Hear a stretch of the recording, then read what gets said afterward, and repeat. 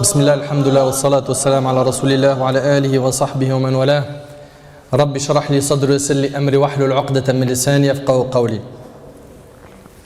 Mes frères et sœurs, assalamu alaikum wa rahmatullahi wa barakatuh. Notre thème aujourd'hui avec l'aide d'Allah tabarak wa ta'ala est les droits de l'épouse sur son mari, le bon comportement. Que tu te comportes convenablement avec elle. Le comportement convenable avec l'épouse. Mon frère, comporte-toi avec elle de la meilleure manière. Comporte-toi avec elle comme le prophète alayhi salatu wassalam se comporte avec ses épouses. Le bon comportement guérit toutes les blessures. Et il est un remède pour tous les maux avec la permission d'Allah tabaraka wa ta'ala. Et je vais le dire clairement, énormément de frères, pour ne pas généraliser, énormément de frères de notre communauté souffrent d'un mauvais comportement.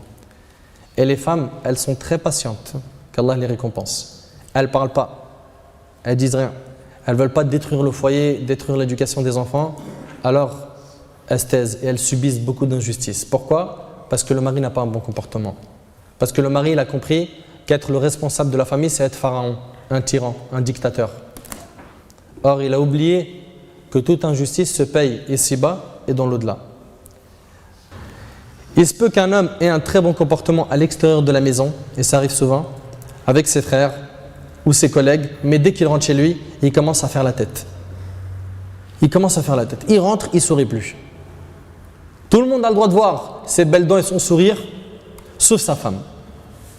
Il rentre à la maison, il fait la tête. Il parle au compte-gouttes. Son épouse est réduite à mendier une belle parole ou espérer un sourire de son mari.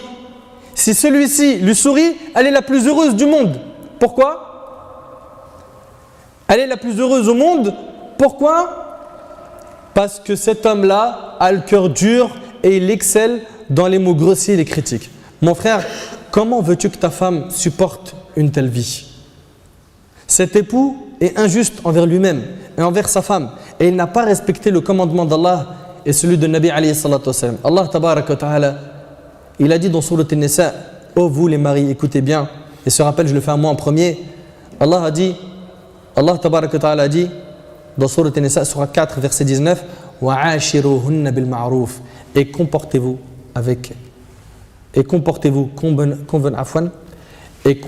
convenablement avec elle. Et comportez-vous convenablement avec elle.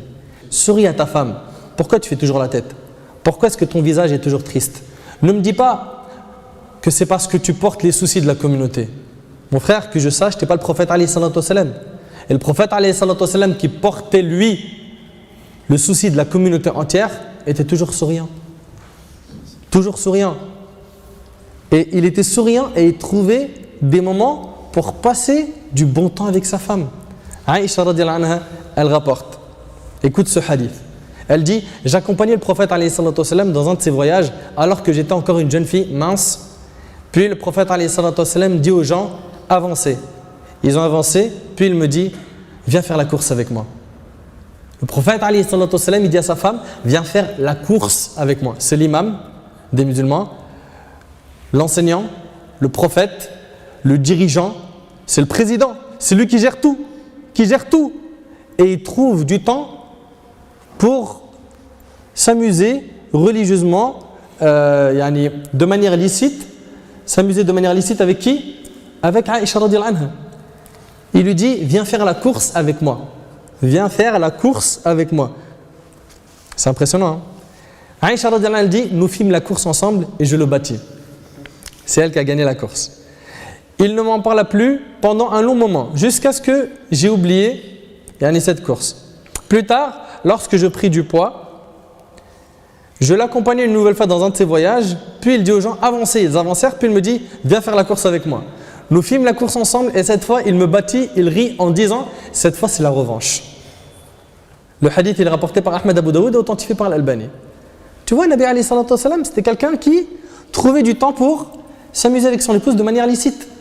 Pourquoi tu ne le fais pas toi ? Pourquoi est-ce que quand tu es avec ta femme, c'est l'armée ? C'est fais ça, t'as fait ça ou pas ? T'as des comptes rendus toute la journée mon frère, on dirait colonel et tu as des soldats devant toi.